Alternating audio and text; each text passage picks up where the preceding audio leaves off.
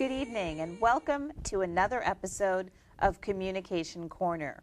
I'm your host, Gail Lewis. As you know, there are many ways in which we humans communicate. Through our looks, through our words, and of course through our writings, both verbal and nonverbal communication. Unfortunately, sometimes some people communicate through violence. And tonight we're going to talk about guns and our children, specifically how violence affects our children here in Queens. About 60 miles north of here at Sandy Hook Elementary School in Newtown, Connecticut, unfortunately, on December 14th, 27 souls were lost. Most of these souls were children under the age of 6, shot to death in a place that should have been a safe haven for them, their elementary school. So tonight we're going to address the ways in which we can address guns and our children. And joining me this evening to help me out with this is community activist and all-around nice guy, Joseph Martone. Good evening, Joseph. Thank you so much. Thank you for having me. Oh, thank you for joining us here on Communication Corner this evening. So tonight's topic is guns and our children. Yes. So let's get a little bit of background. Joseph, I know that in your life you have had some gun violence affect your family. Can you tell us a little bit about that? Yes, actually for me and my family it's been all too personal. Actually about 27 years ago I have a cousin that was slain in Brooklyn, on the streets of Brooklyn for his Shirlene coat. His coat? His coat, yes. And then about 7 years ago I have a nephew who was less than 6 months away from graduating from DeVry University, was shot down with a single bullet. Where was that? And that was out here in Queens on Farmers Boulevard near 112th, I believe, near 112th Street. That particular incident further shook my family to the extent that it presented us with a very strange circumstance. What was the circumstance? I say that to say that it's strange math. One bullet, right? One bullet to the heart of my nephew killed 3 people in my family. 3 people? 3 people. So there was that one bullet that killed your nephew, and then what about the other 2? Were they on the scene? I don't understand. No, they were not on the scene. It was the rippling effects. My uncle, who is the father of my cousin, that had been killed in Brooklyn, years prior. 20 years prior. At that time, being an older in years, he started reflecting back on when Jimmy was killed. Okay, and Jimmy was your cousin who Jimmy was shot was my in cousin, Brooklyn. yes, and Richie was my nephew. Okay. And he started reflecting back on that, and he went into depression, and unfortunately, while standing on the steps of his home in Brooklyn, he went into a seizure and fell down the steps, hit his head. Wow. Which caused some internal bleeding. Right. Winds up being hospitalized and never came home. Really? Never came home. He eventually wound up dying. Do you think the seizure was caused by the angst, by the overwhelming grief of having these two souls taken from your family? Absolutely, absolutely. We are a family that is very close. And Richie, as we refer to him, was one of our young prince.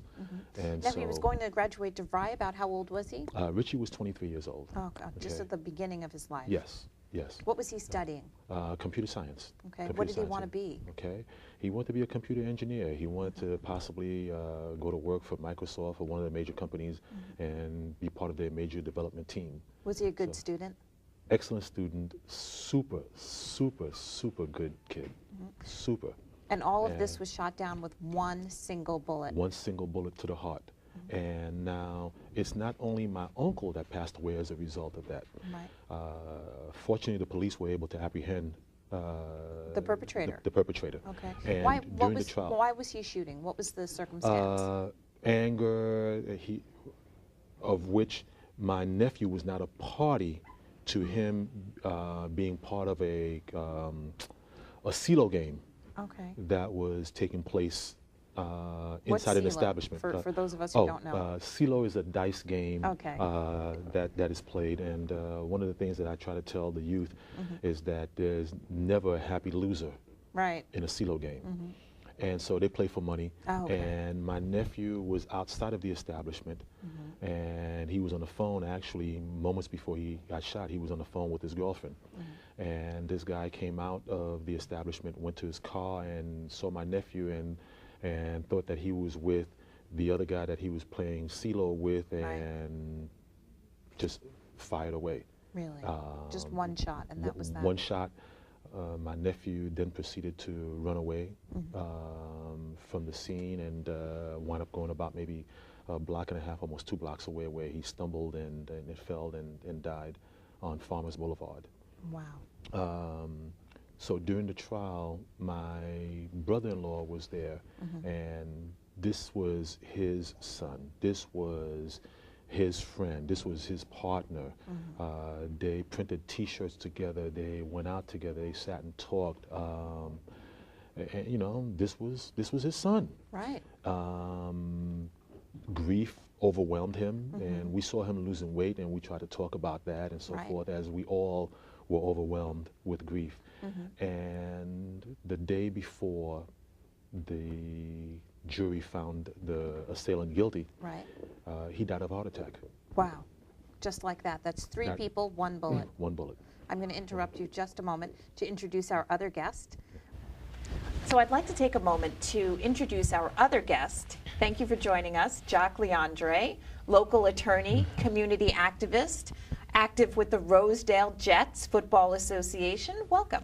Thank you so much, Gail. It's an honor to be here today. It's an honor to have you here on the set of Communication Corner. For those of you who are just joining us, these 2 gentlemen, Jacques Leandre, local attorney, and community activist and accountant, those 2 things tend to go hand in hand, Joseph Martone. So welcome again, gentlemen, for those of us who are just joining us. And tonight we're talking about gun violence and our children. So we just heard a personal story from Joe Martone. Do you have any personal stories about gun violence in your community or in your family that you'd like to share, Jacques? Well, I believe it would be hard-pressed to find anyone who lives in the urban center of America to not have some sort of story or have been impacted by gun violence in our community. I've been coaching the Rosedale Jets Football Association for the past 18 years, and although most of the young men that we coach and cheerleaders have been wholly successful, there have been some who have been victims of gun violence. One is Ricky Williams. He was shot 11 times, and I was the first one at the hospital, and had to see his mother and his teammates agonize over his dead body. And then 11 How old months, was he, Ricky? Ricky was 16 at the time. 11 times. 11 Why was he times. shot? Was he just in the wrong place at the wrong time, or was someone after him? Well, there was a neighborhood barbecue, and apparently there was some disagreement between Ricky Williams and the assailant, and it turned violent. And Ricky was a victim of gun violence. And the questions we must ask is, where did the 17-year-old perpetrator get the guns? Exactly. Now that we've seen how this type of gun violence affects so many people in Southeast Queens, in New York City, in this country, in most of this country, now that we see that this is really a problem, what can we do solution-wise? Where are the guns coming from? How can we stop the guns from coming into our communities, legislatively, on a community side, gentlemen? Well, one of the things that I'd like to offer is that this is not a new phenomenon in terms of guns coming into our community, unfortunately. This has been going on for quite some time. And on a legislative side, I believe that many of the legislators have been operating out of fear. Many of them are afraid of the NRA. They're afraid of the NRA and what may happen as a result of the NRA's ability to muster up funds for supporting a candidate against them. So they're operating out of fear and not taking into consideration that their primary commitment should be to the constituents. It should be to the community. It should be to New York City. So I think that this is something that has not just started happening. It's been going on for quite some time. And there's been a lot of talk that the guns are coming from Virginia, where they could go to Virginia and very easily purchase guns. Some people buy guns from trade shows and so forth. But the illegal gun sale on our streets is something that needs to be addressed. But now it has gotten to the point where it's no simple solution. But how can we address it? There's no simple solution, but what are the solutions? Well, I also believe that a lot of focus is always a lot of times focus is placed on the end user, meaning the person who has the gun and pulled the trigger. So the 17-year-old who shot Ricky. Exactly, as opposed to looking at the industry as a whole, the manufacturers, the retailers, the exporters, the importers. We have to look at it as a whole. And when we see some of these guns that end up on our streets, end up in our housing developments, these guns are not produced, they're not manufactured in the housing developments. In fact, oftentimes they're manufactured in other countries, and so I believe we need other states. So we need to have a holistic approach towards gun regulation, and that approach has to start with the origin of where these guns are produced, where these guns are trafficked, and looking at the solution. We also have to look at, are certain neighborhoods targeted for the proliferation of the guns? And we have to ask these difficult questions, which sometimes may appear to have a hint of racism. It may Are certain communities targeted over other communities? Absolutely. If not, we would not have the volume of guns and or weapons that we have in our community.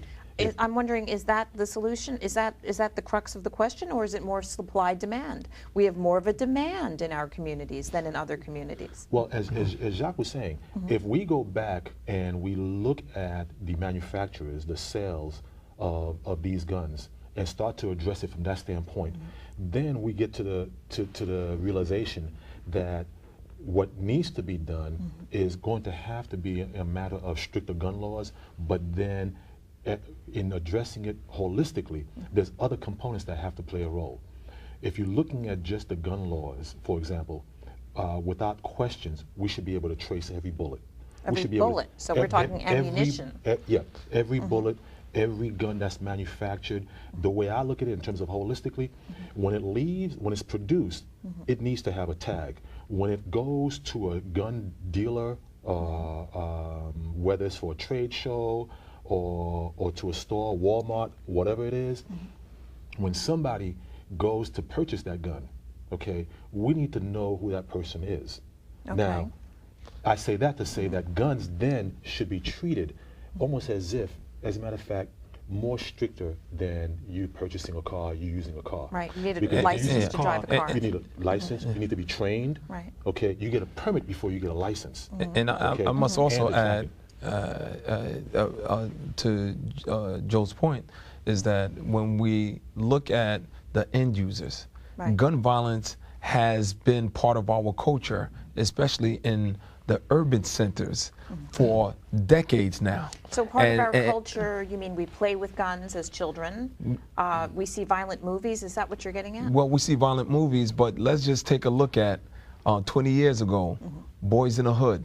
When we look at Menace to Society, they were a menace to society, but the society that they were menaced to was their own society within their own people, their own blocks, within their own neighborhoods, within their own quote unquote jurisdiction. But once that violence spread quote unquote outside of now the urban centers, I'm glad it's putting a focus and scrutiny on gun legislation, gun control, and focusing on how we can stop gun violence. So when we look at it, although it's been a problem for a very long time, but well, it's always been a problem in the urban centers. So now you're saying there's more of a light shown on it as more than just an urban problem. Absolutely. It's a cultural problem. It's a country. Our country has this problem. And you look at the toys. You look at the toys. movies. Right. You look at pastime. Did you guys play with guns as when you were Well, little as toys? I grew up in a household where we couldn't play with guns. Okay. Did you, Joseph? I did, but let me say that the guns that I played with were little water guns, Okay. multicolored Did you have water guns. those multicolored water At one point in time, I guns? had No. a cap gun, you know, the one that Right. like the westerns, when it shoots, there's like a red cap in Right, there. It yeah. pops, it makes a sound. So I Would you did, say, though, Well, that growing up that I most did of play your with that. friends who were My your peers had the toy guns? Well, I got to tell you, I wanted to play with them, but my parents were really strict when it came to toy knives, when it came to Why toy was that? guns, and I think they really understood the connection between playing with toys and graduating to non-toys, toy guns. And I think they really wanted to instill in in me as well as my siblings the fact that guns are dangerous. There's nothing playful with guns. And when you look at the video games that our young people are playing for 10 hours, 15 hours out the day, it really kind of makes sense why they're actually enthused about watching violent movies. Right. And sometimes or going out and shooting Ricky 11 times. That's obscene to shoot one person 11 times. And some of these video games, you get more points for where you shoot Keep shooting. the Right. person. So if you get a headshot, that may be 25,000 points. You get an arm, you may get 5,000 points. So now they're actually putting a value Right. on body parts being shot. Right. And I'm not just killing him, but really killing him. absolutely Killing him dead. Now, when you have that kind of Culture. culture, whether it's the video games and then there's the military Call of Duty and so forth, you have that. But there is another part of the culture. It is what we have in our quote-unquote hip-hop videos and so forth. All of that plays into it. Now, I did play with guns when I was younger, but there was a counterbalance. How so? There was a counterbalance in being told by my elders, okay, about, okay, yeah, this is a toy gun, you can do this, but don't carry it any further. Okay, so There guns is a- are not in actuality toys, is what? Right, okay, Okay. you can play with it, but only within the confines of what you're doing here. Don't take it any further. There was a counterbalance in terms of valuing human life, valuing somebody else's life and Right. respecting human life, respecting your elders. A couple of years ago, there was a gentleman in Southeast Queens who some young boys were in front of his house and they were eating some stuff and then just dropping it in front of his house. And he basically told them, hey, you know, you can't do that in front of my house, Right. you know, dropping garbage there. The boys left. The 14-year-old came back and shot him. Oh my gosh. Okay. Okay, so Where does that 14-year-old learn about guns or thinks that he knows about the value of life? right, he So, hasn't, yeah, obviously. there has to be a counterbalance while we deal with all of these other things that we call culture that's being imposed upon us, and some of it we just allow to come into our homes. Parents should know what kind of video games their children are playing, Right. and if they so accept their children to be playing 'Cause these video games. as far as I know, 13, 12-year-olds don't have jobs outside of babysitting No, or but they play raking the these games- they leaves. play these But games so as where do Jacques they get said. the money to buy these games? Yeah, 12 hours, 10 hours From mom a and day. dad. You know Absolutely. what? Even if it's 6 hours a day, even if it's 4 hours a day, lot. if I may offer something else, I am not probably the most biblically read person sitting here. Join the club, but go ahead. But I do believe that in the Bible it says, as a man thinketh, so is he. Right. So if you're spending that much time during the day playing these video games, Playing okay. violent shoot 'em up video violent games. then that becomes part of your thought process. Right. So that any sort of altercation that that happens, So becomes violence will be your how- response. How and why you respond Right. to that particular incident, because now you have to act as if you were, quote unquote, in the video game. Right. So Okay, we have so- to take all of those into consideration. So as far as solutions go, we've talked about what you mentioned, Jacques, about how the gun manufacturers, the bullet manufacturers, the onus is on them to have some sort of accountability. We've said that. Correct. Yes. We've also said legislation to get our guns off the streets. We also said different different states have different laws, maybe more unified laws. Also, what about putting some sort of onus or something on the buyers who have the guns in their homes, making sure that they are secure?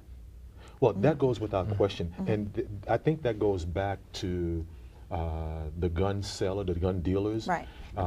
They need to make sure that the persons that they're giving the guns or that they're selling the guns to are individuals who are actually registered previous to them coming even to a gun show or to the gun shop to buy a gun. And they I need also to be want to ask registered you, and trained. I want to ask you about crazy. Where does crazy? It seems as if, you know, if you're crazy, and I'm not trying to, you know, be disparaging on anyone who has mental illness or something. But what is the role of mental illness here? Should we have stricter laws? Absolutely. That screen us for mental illness? What? But I think first we have to understand that we're also living in a society where many individuals are misdiagnosed, not diagnosed at all in terms of mental illness, because the pressure of living now in this era. We all live in a pressure cooker. In a pressure cooker.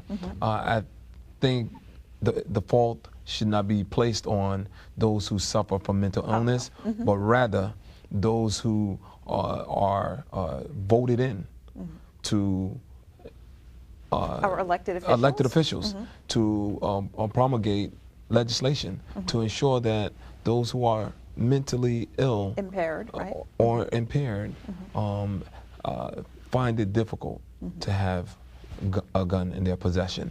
But one of the things that I want to be extremely clear on, we have a lot of legislators who want to criminalize gun users and say, well, if you carry a gun, the sentence is going to be 50 years in jail or some lengthy time in jail. And that, I don't think, is really getting to the root problem.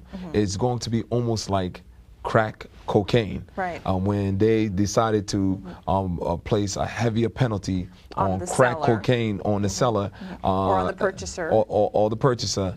It moved the focus away from the origin. It moved the focus away from where was the crack manufactured, how was it manufactured, how did it get on the streets, and how did it get to the person or the dealer or the user. And so we have to start with the root problem. And once we address the root, it will trickle down to the end user. I like that. So see, instead of the end user, as you said, go back to where the guns were manufactured, correct, how they were brought into the state, how they were given to that person, and then how they were used in the violence. Because, Gail, we have to understand we have tremendous technology at this time that can tell you what is the label on an orange from the moon, practically. And you're going to now tell us that you can't find how the guns are getting into these communities. That, I think, is disingenuous. There is a way to... Gentlemen, what I wanted to... before we get any further, because we're going to start wrapping up here, I want to make sure that our viewers know if they want to contact you where they can.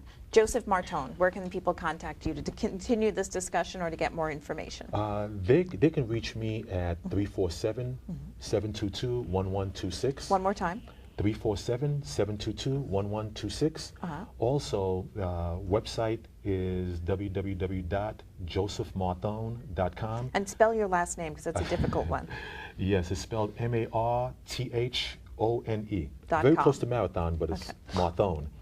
And also, email is info@josephmarthone.com. Great. So Jacques Leandre, attorney, where can people find more information about you or continue this discussion? Well, they can stop by our law office, which is located at 232-06A as in Apple, Merrick Boulevard, Laurelton, New York, 11413. And that's on the corner of Merrick and where? What are your between 232nd Street and 233rd Street. Great. And they can also call our office at 718-341-4377 or visit our website at leandrelaw.com or email us at jacques jock@leandrelaw.com. jock@leandrelaw.com. Yes, that's JACQUES. And Leandre is LEAN as in Nancy, D as in David, RE. .com. .com. Okay. And final thoughts, gentlemen, just to wrap it all up. We've got a big problem, guns and children. We've identified that there are many things that we need to do legislatively. Gun manufacturers, we've got to address the situation with, with mental disability and mental illness. And we've got to make sure that the laws for people who have guns, you know, that we can trace them somehow as well. Final closing thoughts, gentlemen? Well, I wanted to offer this in terms of the final closing thoughts. Our gun laws have to be comprehensive. And in reference to those who suffer with mental illness, under no circumstances should we allow an individual who may suffer from mental illness, if they are properly diagnosed, to take possession and to own a gun. I say that to say that while we're dealing with the comprehensive approach with respect to the manufacturers and tracing the guns and making sure that we reduce the proliferation of guns within our community, I feel very strongly that we do have to stiffen some of the laws. Okay, so stiffen the laws too? Stiffen the laws, and not so much to the extent as Jacques was referring to, like crack and cocaine, but it needs to be very clear that we value our lives, we value the lives of people, and if you carry a gun and you're carrying a gun illegally, it's going to lead to somebody being in harm's way. Greater consequences. Yes. Okay. And so that's not going to be tolerated. Jacques Leandre, final thoughts? Well, first, I just want to thank you, Gail, for having this It's been a show pleasure. and this Thank you for topic, and also sharing the stage with Mr. Marthone. And I think we covered it. We have to hold the manufacturers accountable. We have to hold the retailers accountable, and we have to hold those who obtain these guns illegally accountable, and those who operate these guns irresponsibly accountable. So accountability across the board. Absolutely. Thanks so much. I'm so sorry we're out of time, gentlemen. We could Thank you keep for going having with us. this. Thank you. Thank you so much. Thanks for everyone for joining us on Communication Corner this evening. As you guys know, I'm your host, Gail Lewis. You can always email me, newday2010@yahoo.com. That's NEWDAY2010@yahoo.com. Email me. Tell me your thoughts, what you thought of what we talked about tonight, and what we should do going forward. It's been a pleasure, everyone. Thanks for tuning in, and we'll see you next time on Communication Corner. Thank you. Thank you so much for having me. Hey, pleasure seeing you again.